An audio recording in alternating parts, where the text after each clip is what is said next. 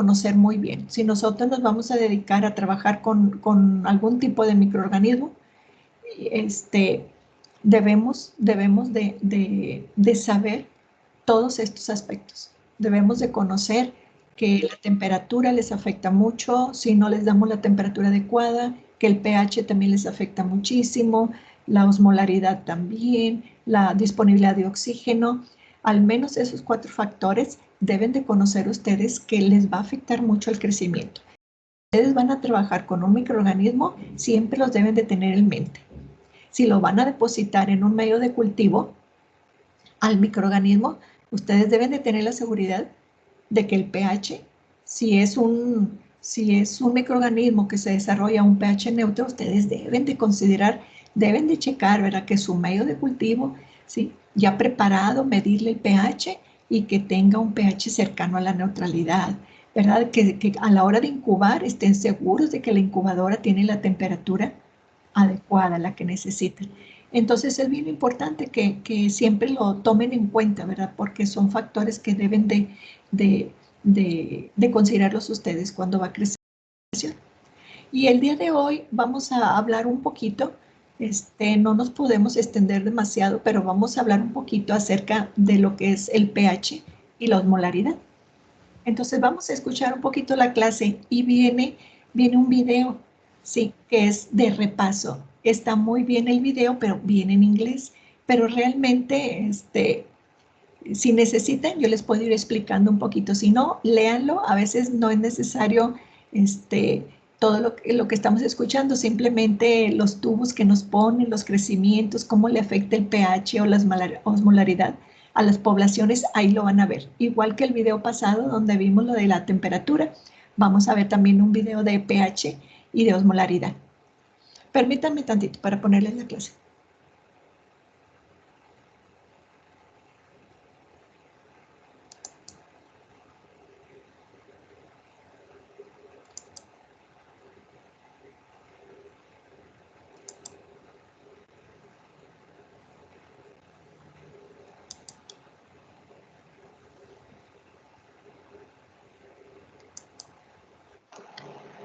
Muy bien, vamos a continuar con los factores del medio ambiente, ¿sí?, que afectan el crecimiento microbiano. Estuvimos viendo en la clase pasada que la temperatura es muy importante, ¿verdad?, en el crecimiento de los microorganismos, pero sabemos que hay otros factores que también pueden afectar el crecimiento, ¿verdad? Y entre ellos mencionamos que también el pH, la disponibilidad del agua y del oxígeno son factores muy importantes que pueden afectar el crecimiento. Vamos a hablar un poco acerca del efecto del pH en el crecimiento microbiano. Y es que la acidez o la alcalinidad de una solución, ¿verdad?, se va a expresar mediante el valor de su pH, ¿sí? En una escala logarítmica, ahorita la vemos, se va a expresar en diferentes maneras. Hay algunos organismos que ya han evolucionado mucho y pueden crecer en pHs extremos. Recuerden que seguimos llamando extremófilos a aquellos microorganismos que crecen en condiciones extremas, ¿sí?, en diferentes aspectos. Aquí también podemos tomar el aspecto del pH y también hay extremófilos, ¿sí?, porque ellos pueden crecer en pHs pues que llamamos o muy ácidos o muy alcalinos. Sin embargo, la gran mayoría, ¿sí?, lo hacen a pH neutro, ¿sí?, que podemos considerar ya un pH neutro, ustedes lo conocen, son rangos de pH que van alrededor de entre 6 a 8 o 5.5 a 7.9, son rangos que podemos considerar dentro de la neutralidad. En esta imagen podemos observar, ¿sí?, la escala, ¿sí?, de los diferentes pHs. tenemos en la escala de ejemplos, algunos ejemplos nada más, de medios ambientes, ¿sí? Con diferentes pHs, algunos pHs ácidos o pHs alcalinos, ¿verdad? Y sabemos que el pH 7, pues tenemos la neutralidad, y un ejemplo de ello es el agua pura, ¿sí?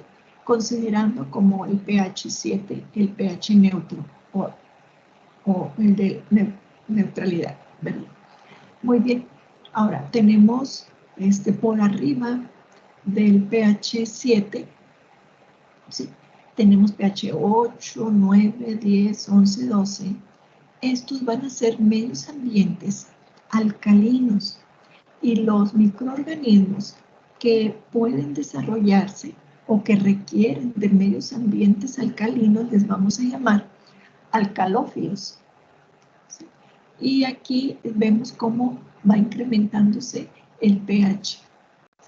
Entonces tenemos varios ejemplos, entre ellos pues el agua de mar, y a la derecha vemos pues una escala de moles por litro de hidrógeno y el hidroxilo, ¿verdad? En moles, lo que representan los medios ambientes de pHs ácidos y alcalinos.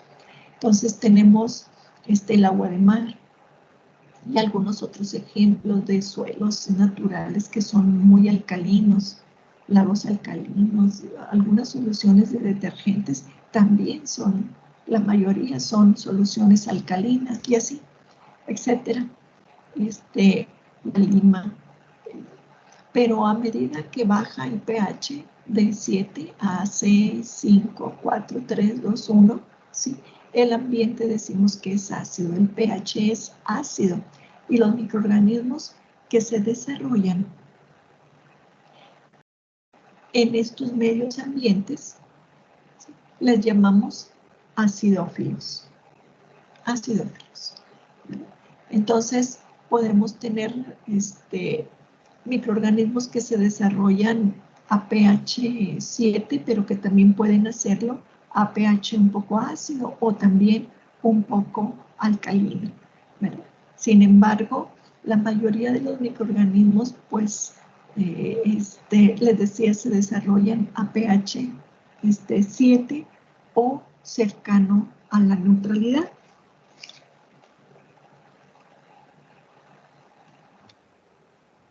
Decimos que los microorganismos acidófilos son los que crecen mejor a pHs, pues por lo general abajo de un pH 5.5. Podemos tener de ejemplo pues muchos hongos y bacterias. ¿Sí? Hay distintas clases de acidófilos, ¿verdad? Y crecen mejor a pHs moderadamente ácidos, pero otros a pHs muy bajos, ¿verdad?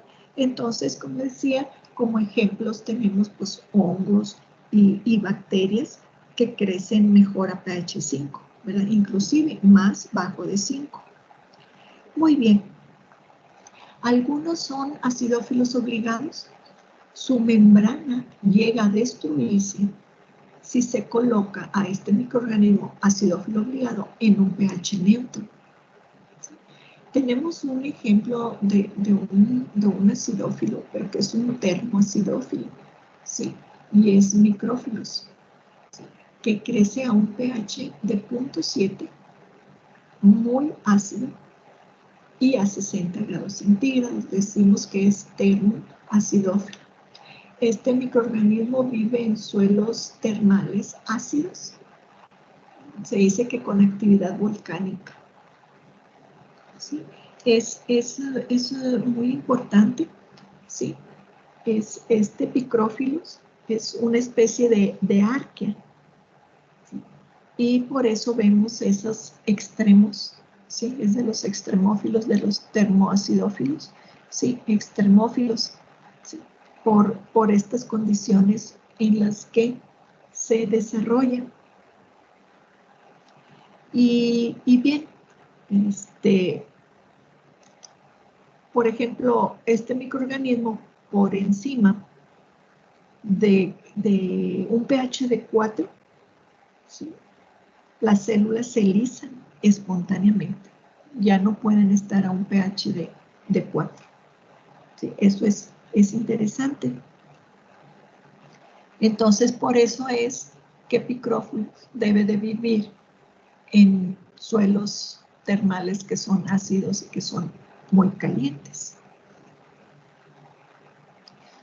Como les decía, es muy importante que su membrana esté estable. ¿Sí? Si el pH sube, pues se va a destruir su membrana. Ahora, al contrario de los acidófilos, los alcalófilos, ¿sí? Hay pocos extremófilos que tienen valores óptimos de pH muy altos, a veces incluso de 10, ¿verdad? Pero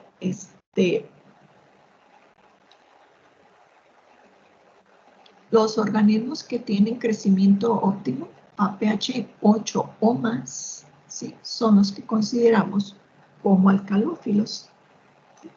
Y los microorganismos alcalófilos los vamos a encontrar normalmente en hábitats muy alcalinos, como lagos alcalinos, suelos muy carbonatados, etc. Los procariotas alcalófilos, ¿sí? Los que mejor se han estudiado son algunas especies de bacilos, ¿sí? Como bacilos firmus, ¿sí? Por aquí, ¿sí? Es un procariota alcalófilo, ¿verdad? Que se puede desarrollar en un intervalo de pH desde 0.5, pero hasta 11. ¿Sí? Y es muy importante comentar que el pH interno de las células, aunque se trate de un microorganismo acidófilo o alcalófilo, su pH interno debe de estar cercano a la neutralidad.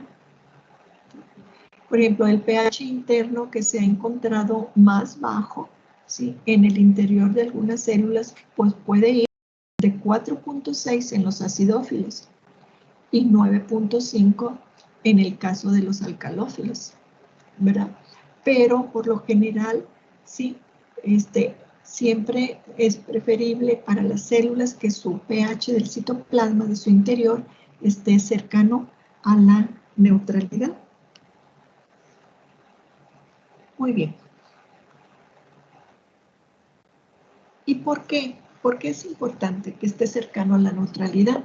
Y es porque los constituyentes intracelulares muchas veces son sensibles o son lábiles, ¿sí? A los ácidos o a las bases. Y un ejemplo nada más de ello lo vamos a mencionar con el DNA, que es sensible a los ácidos, como el RNA es sensible a las bases. Cuando se cultiva a un microorganismo en el laboratorio, ya sea en un tubo, en un matraz, en un medio líquido, ¿sí? La población se empieza a dividir según su tiempo de generación. Como ya lo vimos, empieza a aumentar el número rápidamente, los nutrientes van disminuyendo, ¿sí? El oxígeno se va acabando, el pH cambia mucho por las sustancias de desecho que se liberan al medio. Ustedes ya se dieron cuenta que los microorganismos fermentan carbohidratos, producen ácidos, pero que en ocasiones producen soluciones alcalinas. Entonces, muchas veces estas soluciones ya ácidas o alcalinas son las que van a ir inhibiendo o matando a la población microbiana. Cuando estamos trabajando con poblaciones así, sabemos que va a pasar eso, pero no deseamos que muera nuestra población. Entonces lo que se suele hacer es agregar soluciones amortiguadoras buffer, que ustedes ya las conocen, que nos sirven para mantener constante el pH. Si lo queremos cercano a la neutralidad, la mayoría generalmente entre pH 6 y 8. Estas soluciones buffer se utilizan mucho para poder controlar, ¿verdad?, las variaciones fuertes de pH en los medios, que no sea tan ácido o tan básico. Algunos ejemplos de las soluciones amortiguadoras buffer son, por ejemplo, los fosfatos de potasio, ¿sí? O las soluciones de bicarbonato de sodio. Hay varias soluciones, ustedes conocen algunas de ellas en sus cursos de química o bioquímica, ¿verdad? Entonces, es muy importante entonces que se mantenga, ¿sí?, el pH del citoplasma de las células cercano a la neutralidad, ¿sí?, porque muchas de ellas pueden ser destruidas frente a un pH ácido o básico. Muy bien. El otro de los factores que vamos a considerar como muy importantes y que afectan el crecimiento microbiano, ¿sí?, es la llamada osmolaridad, ¿sí?, o la disponibilidad del agua.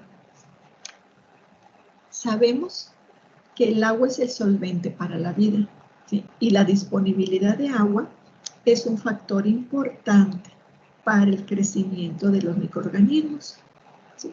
No solamente, como les pongo aquí, no solamente depende de la humedad del ambiente, sino también es la función de qué tanta concentración de solutos tiene el medio en el que se desarrolla la población.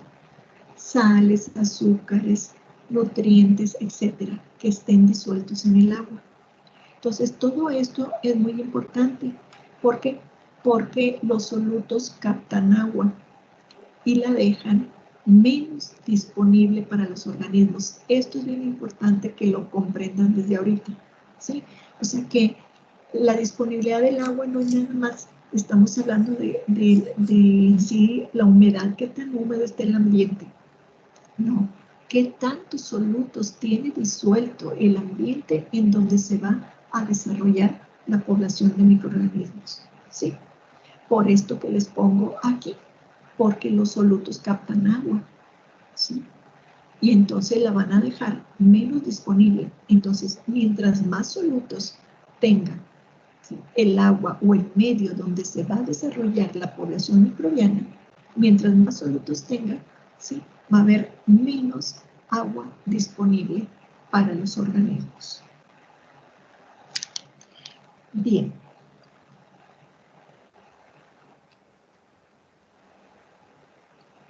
La disponibilidad, esta disponibilidad del agua de la que estamos hablando, se expresa en actividad de agua, o también actividad acuosa, ¿sí? Y se expresa de esta manera. Decimos que es un AW, actividad del agua, ¿sí?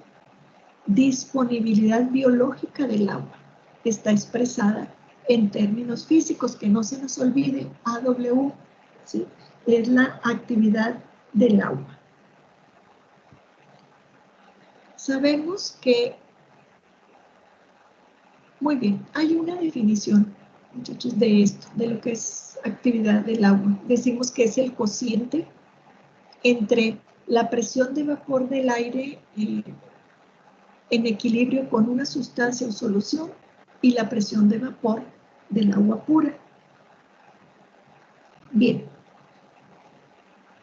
los valores de este AW solamente van a variar de 0 a 1. ¿Sí? Y es muy importante que nosotros recordemos, porque esto es recordatorio, ¿sí?, que el agua difunde desde regiones con alta concentración de agua a regiones con baja concentración de agua. No sé si recuerdan, en un proceso conocido como ósmosis. Sí, me parece que esto se había puesto. El agua se difunde desde una región de alta concentración de agua, ¿sí?, a una de baja concentración de agua. A veces lo hablamos en función de solutos, de una de baja concentración de solutos a alta concentración de solutos a través del proceso llamado ósmosis. Muy bien, les decía que la actividad del agua tenemos un ejemplo de la actividad del agua de varias sustancias, ¿sí? Entonces, tanto procariotas y hongos son capaces de crecer en medios de cultivo ajustados a una actividad de agua, ¿verdad? Pero fíjense, si los valores de la actividad del agua van de 0 a 1, ¿sí? El 1 es exclusivamente para el agua pura, ¿sí? Aquí podemos, esto es solamente un ejemplo, organismo ejemplo que se pueden desarrollar en estos medios de actividad de agua diferente, ¿verdad? Pero vean cómo abajo de 1, pues empezamos a tener medios ambientes, por ejemplo, la sangre humana tiene una actividad de agua de 0.995. El agua de mar, 0.98. ¿Sí? Y así vamos viendo ejemplos que va bajando la actividad del agua. ¿Qué quiere decir? Que el agua está menos disponible, ¿verdad? Entonces, porque tiene más solutos. Miren, vean el salami, ya es 0.85. Sin embargo, hay algunas levaduras que se pueden desarrollar y crecer en este medio. ¿Sí? Por ejemplo, 0.9, actividad de agua de 0.9. Un ejemplo tenemos por ahí, ¿sí? El maple, etcétera. Pueden crecer bacterias gram positivas, cocos como estafilococos. Miren, tenemos aquí una actividad de agua de 0.8. También se pueden desarrollar levaduras como Saccharomyces y también algunos hongos, ¿sí? En pasteles, en panes, etcétera, ¿sí? 0.75, ya tenemos 0.75 lagos salados, el pescado salado, y también ya tenemos a los halófilos. Recuerden ustedes, los halófilos son los amantes de las sales. Tenemos Halobacterium, Halococcus. De una actividad de agua de 0.7, como los cereales que son muy secos, los dulces, las frutas secas, etc. Entonces vean cómo sí hay organismos que pueden crecer aún en un material o en un medio, sí, con una actividad de agua muy baja, porque aquí ya estamos hablando de una disponibilidad del agua casi nula, muy baja, ¿verdad? Sin embargo, hay microorganismos que sí se pueden desarrollar en estos medios ambientes, en estos materiales.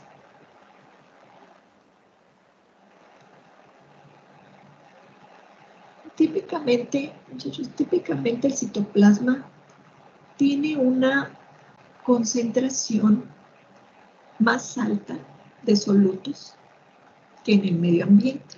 Fíjense bien, en el citoplasma tiene una concentración más alta de solutos que el medio ambiente. Por lo tanto, la tendencia del agua va a ser hacia adentro de la célula. Va a entrar a la célula buscando un balance de agua positivo, así se le llama, balance de agua positivo. Si en el citoplasma hay mayor concentración de solutos, el agua tiende a entrar para, ¿sí?, encontrar un balance de agua positivo. Cuando la célula está en un medio ambiente de una alta concentración de solutos, ahora vamos a tener una alta concentración afuera, ¿sí? Entonces ahora el agua tiende a salir de la célula. Ahora, esto es algo grave para la célula, porque lo que se va a presentar más seguramente es una deshidratación de la célula si es que la célula no tiene un mecanismo para poder solucionar esto. Sin embargo, sabemos, ¿verdad?, que los microorganismos halófilos o que crecen en medios ambientes con alta concentración salina sí tienen un mecanismo para poder prevenir la deshidratación de las células, ¿verdad? Entonces, hay algunos tipos de microorganismos, ¿sí?, que los que se llaman halófilos, viene de halos, sales, filos, amigos, que son los amigos de las sales, ¿sí?, que son organismos que crecen mejor en un medio, ¿sí?, de actividad de agua reducida. tienen un requerimiento específico de cloruro de sodio. Entonces, si tienen un requerimiento de cloruro de sodio, su actividad de agua requerida para ellos es menor al de 1, ¿verdad? Entonces, tenemos a los organismos marinos que requieren de un 1 a un 4%. O pueden requerir los que viven en un ambiente hipersalino, ¿sí? Ya es cuando requieren mayor cantidad de sales, y estamos hablando de un 3 a un 12%. Bien, aparte de los halófilos, tenemos los halófilos extremos, ¿sí? Y aquí también vamos a encontrar algunas arqueas de preferencia. Estos organismos son capaces de crecer en ambientes muy salinos, ¿sí? Son organismos que requieren altos niveles de sodio, y ya estamos hablando de porcentajes entre 15 y 30%. Consideremos que son niveles muy altos, estamos hablando de 15 a 30 gramos de cloruro de sodio por 100 mililitros de agua. Entonces, son los halófilos extremos, ¿verdad? Ahora, tenemos unos microorganismos que les llamamos halotolerantes, ¿sí? Estos organismos pueden tolerar alguna reducción en la actividad del agua, del medio ambiente, pero generalmente crecen mejor en ausencia de solutos, ¿sí? Vean cómo puede haber microorganismos, tanto halófilos extremos de mayores concentraciones de sal. Estamos hablando de una menor actividad de agua, ¿sí? Y de los halotolerantes, que ellos crecen mejor si no hubiese sal, pero pueden tolerar ciertas reducciones en la actividad del agua. O sea, pueden tolerar ciertas cantidades, aunque sean pequeñas, pudiera ser de un 1 a un 4%, lo pueden tolerar. Vamos a ver esta pequeña gráfica, el ejemplo de los tres, de un halotolerante, de un halófilo y de un halófilo extremo. Miren, tenemos también un no halófilo. En esta gráfica podemos observar la velocidad del crecimiento con respecto a la concentración de cloruro de sodio. ¿Y cómo sería la velocidad de crecimiento de un no halófilo, el que no tolera ninguna concentración de sal? ¿Verdad? Inmediatamente, a medida que nosotros incrementamos, aunque sea un 1% o un 2% de cloruro de sodio, la velocidad de crecimiento se viene hacia abajo. No toleran la sal. Muy bien, eso sería para un no halófilo. Ahora, tenemos en verde al halotolerante, que dijimos que de preferencia crece mejor sin sal, pero que puede tolerar pequeñas concentraciones de sales. Y miren a quién tenemos, por ejemplo, a Staphylococcus aureus. Es un halotolerante. Vean ustedes cómo es la velocidad de crecimiento. La máxima velocidad de crecimiento está a una concentración muy pequeña de sal. Pudiéramos hablar un 2, un 3%. ¿Sí? A medida que vamos aumentando la concentración, la velocidad va hacia abajo y va subiendo la concentración de sal hasta que la población muere. Entonces vean el comportamiento de un halotolerante con respecto a la concentración de sal. ¿Qué pasa con un halófilo? ¿Sí? Este es solo un ejemplo, Alivibrio fischeri, ¿verdad? Es un halófilo. ¿Verdad? Vean ustedes, ¿sí? Su velocidad de crecimiento es nula a concentraciones muy bajitas de sal, pero a medida que se va aumentando la concentración de sal, su velocidad de crecimiento va aumentando. Por ejemplo, aquí encontramos la mayor velocidad de crecimiento de este halófilo a una concentración aproximada de un 7% de sal. Es un halófilo. Si seguimos subiendo la concentración de cloruro de sodio, la velocidad de crecimiento va a disminuir hasta que la población muera. Y estamos hablando de un 12 o un 13%, ya no puede crecer la población de alivibrio. Ahora, ¿qué pasa con un halófilo extremo? Tenemos de ejemplo Halobacterium salinum. Bien, aquí podemos observar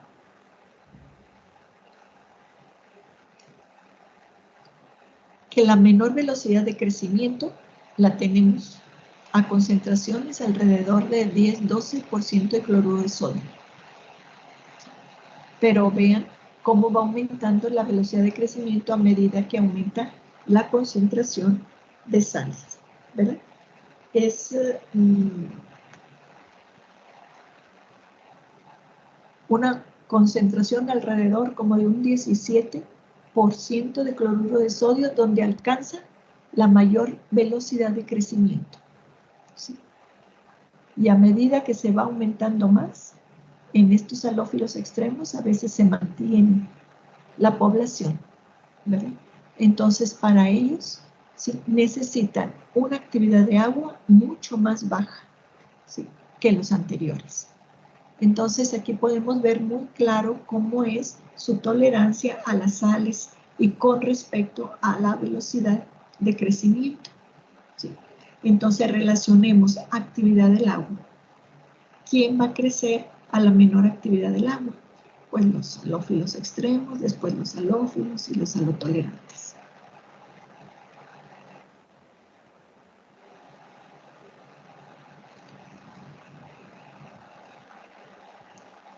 Muy bien.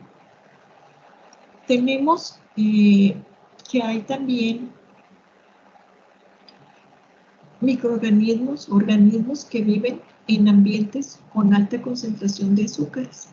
A ellos les vamos a llamar osmófilos, ¿sí?, con altas concentraciones de azúcares, osmófilos. Pero podemos tener aquellos organismos capaces de crecer en medios ambientes muy secos, y a ellos les vamos a llamar xerófilos. Xerófilos.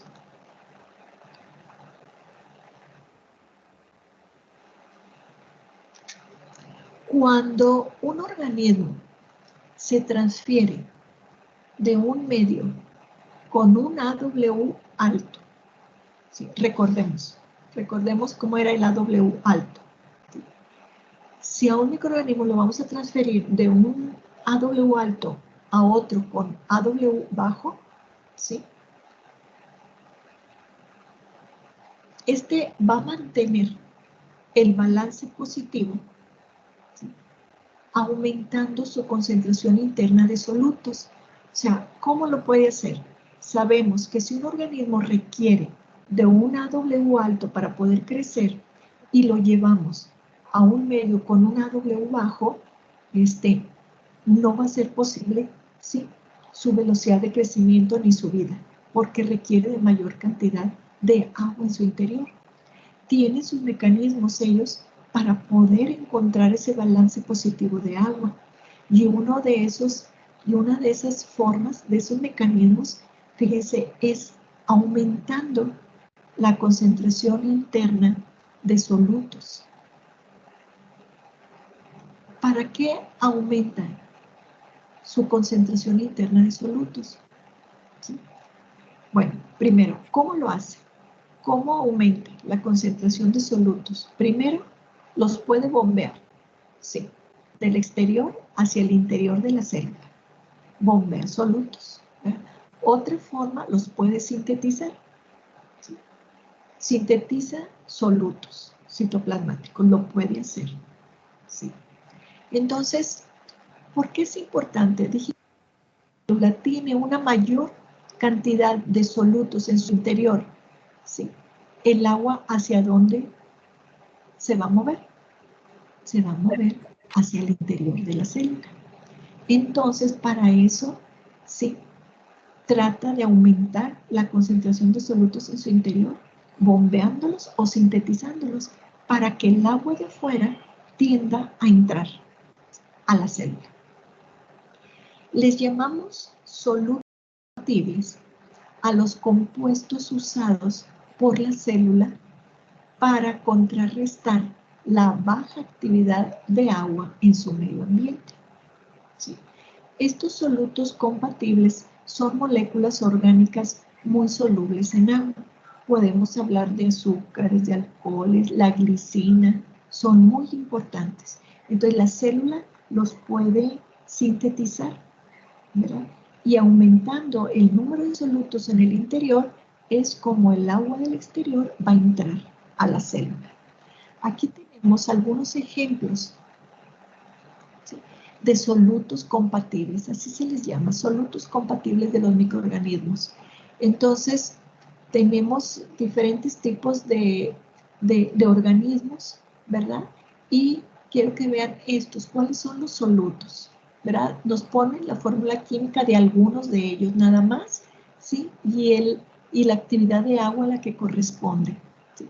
Vean, los solutos compatibles pueden ser aminoácidos, principalmente el glutamato, ¿sí? Podemos tener el glucosilglicerol, podemos tener la glicina betaína,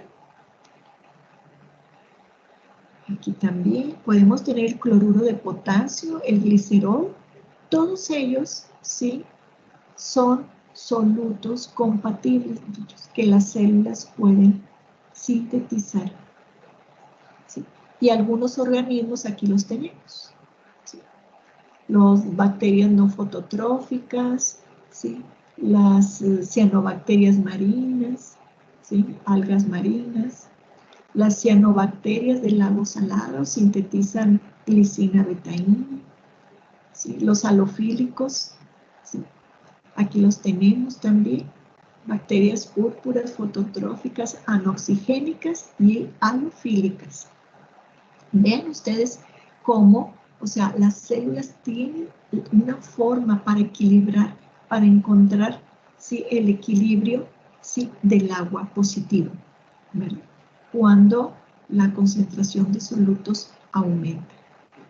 Entonces, estos ejemplos son muy importantes, muchachos, para poder comprender cómo es posible que los organismos puedan mantenerse en medios, por ejemplo, muy salados, ¿sí?, muy salinos, los que viven en los medios ambientes que contienen muchas sales.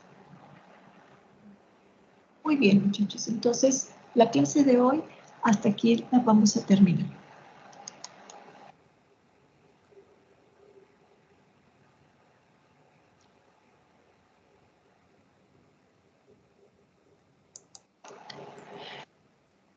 Bien, les voy a poner el video, muchachos. Les digo bien en inglés, pero es prácticamente un repaso.